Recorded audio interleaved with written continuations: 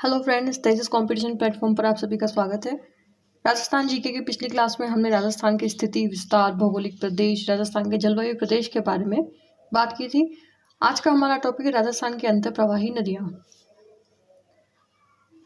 राजस्थान में प्रवाह क्षेत्र के आधार पर नदियों को 3 भागों में बांटा जा सकता है। एक तो वो नदियाँ हैं जो बंगाल की खाड़ी की तरफ अपना जल ले जाती हैं, दूसरा वो है जो अरब सागर की तरफ अपना जल ले जाती है, और तीसरी है अंतःप्रवाही नदियाँ। तो अंतःप्रवाही नदियों को समझने से पहले हमें ये जानना जरूरी होगा कि ये है क्या। तो अंतःप्रवाह की नदियाँ किसे कहा जाता है, इसके बारे में हम सबसे पहले बात करेंगे। वो नदियाँ जो कुछ दूरी तक ही बहती है और ज़मीन में विलुप्त हो जाती है।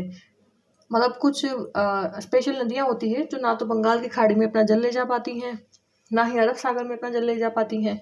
ये काफ़ी कम दूरी तक बहती है और ज़मीन के अंदर ही धीरे धीरे विलुप्त हो जाती है। यानी कि ये जहाँ से बहना चालू करती है वहाँ पर इनका बहाव क्षेत्र काफ़ी तेज होता है। थोड़ी दूरी बढ़ने के साथ साथ इनका बहाव क्षेत्र कम हो जाता है और एक वक्त ऐसा आता है जब ये पूरे तरीके से ज़मीन के अंदर विलुप्त हो जाती है। इनका जल किसी खाड़ी महासागर में नहीं जा पाता। ये कहलाती है आंतरिक प्रवाह की नदियाँ या अंतर प्रवाह की नदियाँ। अब राजस्थान में कुछ अंतर प्रवाह की नदियाँ हैं जिनके बारे में हम स्टेप बाय स्टेप डिस्कस करने वाले हैं। तो सबसे पहली नदी है घग्गर नदी। ये सबसे ऊपर श्री गंगानगर, हनुमानगढ़ जिले, ये जो आप देख सकते हैं, ये घग्गर नदी का क्षेत्र कहलाता है। इसका बहाव क्षेत्र सबसे ज़्यादा है। ये राजस्थान की अंतर प्रवाह की सबसे इम्पोर्टेंट नदी है और काफ़ी ज़्यादा एग्जाम्स में यहीं से अंतर प्रवाह की नदियों से कई जो प्रश्न बने हैं वो इसी नदी से बने हैं। इसका उल्लेख जो है वो ऋग्वेद में सरस्वती नदी के नाम से मिलता है। जो हमारे वेद हैं, 4 वेद, उनमें से जो ऋग्वेद सबसे इम्पोर्टेंट है उसमें सरस्वती नदी के नाम से इसका उल्लेख मिलता है। और इसका पाठ जो है, पाठ का मतलब है जो बहाव क्षेत्र होता है, जिस क्षेत्र में ये नदी बहती है उसे पाठ कहते हैं। उसका बहाव क्षेत्र जो है वो नाली कहलाता है। यानी कि ये नदी जिस भी क्षेत्र में बहेगी उस क्षेत्र को हम, इसका जो पाठ है वो बहाव क्षेत्र, उसे नाली कहा जाएगा। इसे द्वेषवती नदी भी कहा जाता है, इसे मृत नदी भी कहा जाता है और इसे नट नदी भी कहा जाता है। इस नदी के उपनाम है द्वेषवती नदी, मृत नदी और नट नदी। नट नदी इसलिए कहा जाता है क्योंकि ये नदी जो है वो अलग अलग तरीके से अलग अलग जगहों पर बहती है। अब वो कैसे बहती है वो हम यहाँ समझते हैं। इस नदी का उद्गम जो है वो हिमाचल की शिवालिक पहाड़ियों से होता है। कालका माता टेम्पल है हिमाचल में, शिवालिक पहाड़ियों के बीच में, वहाँ से इस नदी का उद्गम होता है। और ये नदी राजस्थान में हनुमानगढ़ के टिप्पी नामक एक प्रदेश है, वहाँ से प्रवेश करती है राजस्थान में। ये हनुमानगढ़ जिला है और ये हिमाचल से, इसे हम थोड़ा सा मैप से समझ सकते हैं। जैसे ये हिमाचल से आ रही है, हिमाचल की शिवालिक रेंज से, जो शिवालिक पहाड़ियाँ हैं, वहाँ कालका नामक स्थान, कालका माता का मंदिर है, वहाँ से ये इस नदी का उद्गम होता है। और ये नदी हनुमानगढ़ के टिब्बी नामक क्षेत्र से हमारे राजस्थान में प्रवेश करती है और इसका बहाव क्षेत्र पाकिस्तान के फोर्ट अब्बास तक जाता है। ये हमेशा 12 महीने इसका बहाव क्षेत्र जो है वो पाकिस्तान के फोर्ट अब्बास तक नहीं जाता, लेकिन जब इस नदी में पानी काफ़ी ज़्यादा आ जाता है, बाढ़ की स्थिति हो जाती है, तो इसका पानी जो है वो पाकिस्तान के फोर्ट अब्बास, एक जगह है, वहाँ तक पहुँचता है।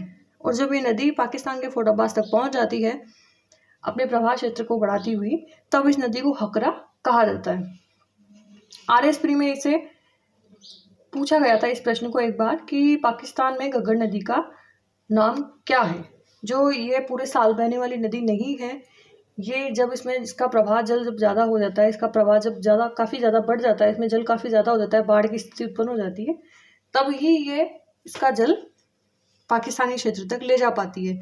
ये RSP में पूछा गया प्रश्न है। इसके बाद अगली नदी है कांतली नदी। इसका उद्गम है सीकर, खंडेला की पहाड़ियाँ, चूरू झुंझुनू की सीमा पर ये खत्म हो जाती है। झुंझुनू को ये 2 भागों में बांटती है। और सबसे इम्पोर्टेंट बात है, गणेश्वर सभ्यता यही है। कांतली नदी, ये है कांतली नदी, जिसका जो उद्गम है वो सीकर की खंडेला की पहाड़ियाँ हैं।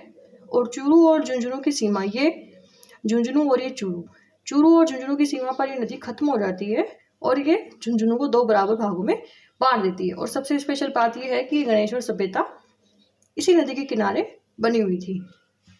इसका बहाव क्षेत्र जो है वो तोरावाटी कहलाता है। यह प्रश्न भी RS प्री में पूछा गया था कि तोरावाटी शब्द किस चीज़ के लिए प्रयुक्त किया गया है। 4 ऑप्शन थे, उनमें से जो ऑप्शन था वो ये था कि कांतली नदी का बहाव क्षेत्र। इसके बाद तीसरी नदी है कांगनी नदी। इसका उद्गम जो है जैसलमेर से उद्गम होता है इसका, और जैसलमेर में ही खत्म हो जाती है। ये जैसलमेर की हम यहाँ देख सकते हैं, कांकनी नदी जैसलमेर से उद्गम होगा इसका, और ये जैसलमेर में ही खत्म हो जाएगी। और इसकी स्पेशल बात यह है कि ये भुज झील का निर्माण करती है। भुज झील का निर्माण करने वाली नदी राजस्थान की कांकनी नदी, जो कि अंतर्प्रवाह क्षेत्र की नदी है।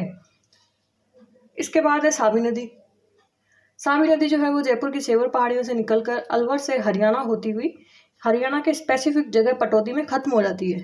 ये हम देख सकते हैं, ये सावी नदी जयपुर जिले से निकलती है। ये इसका उद्गम स्थान जयपुर जिला है, और उसके बाद ये अलवर जिले से क्रॉस करती हुई हरियाणा में जाती है, और ये पटौदी नामक स्थान पर खत्म हो जाती है। सावी नदी को जो है वो वर्षा ऋतु में काफ़ी ज़्यादा बाढ़ आ जाती है, तो इसलिए इसे विनाशकारी नदी भी कहा जाता है। इसके बाद है रूपनगढ़ नदी। रूपनगढ़ नदी जो है वो अजमेर जिले में नाग पहाड़ से निकलती है। अजमेर जिले के नाग पहाड़ से लूनी नदी भी निकलती है, लेकिन लूनी नदी जो है वो नाग पहाड़ के आगे वाले भाग से निकलती है, और इसी के विपरीत रूपनगढ़ नदी का उद्गम होता है। इसमें ध्यान देने वाली बात ये है, ये रूपनगढ़ नदी अजमेर के नाग पहाड़ से, इसमें ध्यान देने वाली बात यहाँ ये है कि निम्बार्क संप्रदाय का सबसे प्रमुख पीठ जो है, निम्बार्क संप्रदाय के सबसे महत्वपूर्ण जगह, एक स्थल है निम्बार्क संप्रदाय का, वो सलेमाबाद इसी नदी के किनारे बना हुआ है, जो कि अंतर्प्रवाह की नदी है, जो नाग पहाड़ अजमेर से निकलती है। ये नदी रूपनगढ़ नदी है। अगला है मंथा नदी। ये नदी जयपुर से निकलती है, सांबर झील में मिल जाती है, और इसमें इम्पोर्टेंट बात यह है कि नागौर में जैन संप्रदाय का प्रमुख स्थल है। नागौर में ये नदी जो जयपुर से इसका उद्गम स्थल है, और ये नागौर जिले से थोड़ा बहती हुई सांबर झील में आकर के मिल जाती है। और लूणवा एक स्पेसिफिक जगह का नाम है नागौर में, वहाँ जैन संप्रदाय का मुख्य स्थल है। तो ये लूणवा जो है जैन संप्रदाय का मुख्य स्थल, वो मंथा नदी के किनारे स्थित है।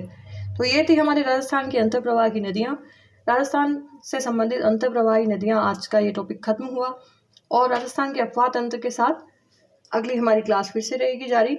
अगर आप इस चैनल पर नए हैं तो सब्सक्राइब करना ना भूलें, लाइक करें, शेयर करें और सब्सक्राइब करें। Thank you.